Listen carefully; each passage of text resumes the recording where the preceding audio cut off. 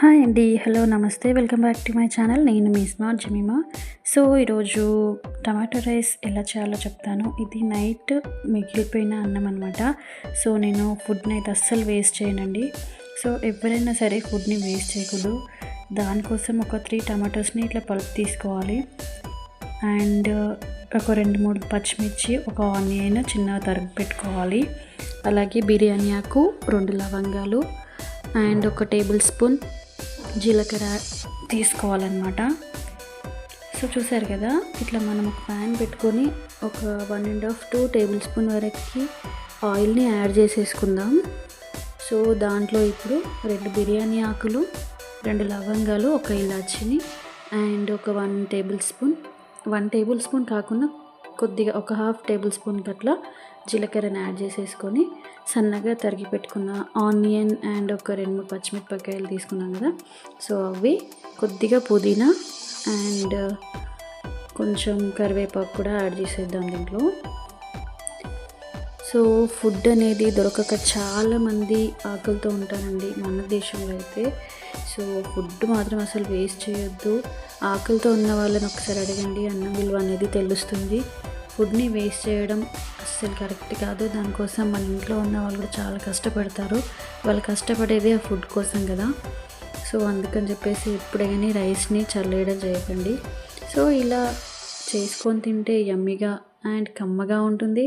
Food కూడా waste అవ్వకుండా ఉంటుంది. సో దీంట్లో ఒక టేబుల్ స్పూన్ నేను జింజర్ గార్లిక్ పేస్ట్ని వేసాను. సో ఇది కొంచెం ఫ్రై అయ్యేదాకా మనము ఇలా వేపుకుంటూ ఉండాలి. సో చూసారు కదా, ఈ విధంగా వేపుకున్న తర్వాత మనం తీసి పెట్టుకున్నాం కదా టమాటో జ్యూస్ని, ఒక 3 టమాటాలని మనం మిక్సీ పట్టేసుకోవాలన్నమాట. సో దీంట్లో వేసేసి కలిపేసేయండి. సో దీంట్లో ఉన్న చెమ్మంతా పోయేదాకా మనం ఆయిల్లో ఈ జ్యూస్ని ఫ్రై చేసుకోవాలి. ఇప్పుడు మనం దీంట్లో ఒక టేబుల్ స్పూన్, అంటే మీరు కారం ఎంత తింటే, స్పైసీగా కావాలనుకుంటే ఎక్కువ వేసుకోవాలి. నాకైతే స్పైసీగా ఇష్టం చాలా. సో అందుకని చెప్పేసి నేను కొంచెం ఎక్కువ వేస్తాను. మీరు తినేదాన్ని బట్టి కారాన్ని యాడ్ చేసుకోండి. సో ఒక టేబుల్ స్పూన్ వేసాను అండ్ ఒక 1/2 టేబుల్ స్పూన్ సాల్ట్ యాడ్ చేశాను అండ్ కొద్దిగా పసుపు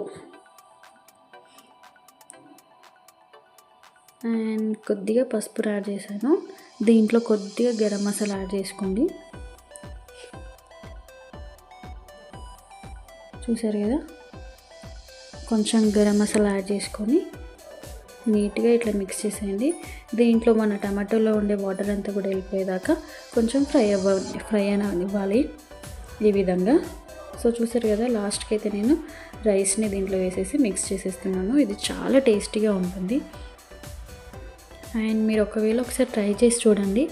ఈ రైస్ని ఇలా తింటే కనుక రోజు మీరు ఇలానే చేసుకొని తినాలి అనుకుంటారు. అంత టేస్టీగా అయితే ఉంటుంది. 100% షూర్గా చెప్తున్నాను.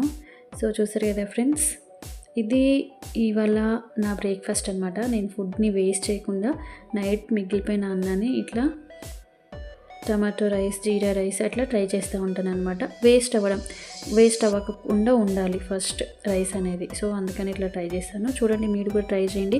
చాలా కమ్మగా ఉంటుంది అండ్ ఫుడ్ వేస్ట్ అవ్వకుండా ఉంటుంది. ఓకేనా ఫ్రెండ్స్, థ్యాంక్ యూ. అండ్ ఈ వీడియో కనుక మీకు నచ్చితే లైక్ చేయండి, షేర్ చేయండి అండ్ మన ఛానల్ని అయితే సబ్స్క్రైబ్ చేసుకోవడం మర్చిపోకండి ఫ్రెండ్స్.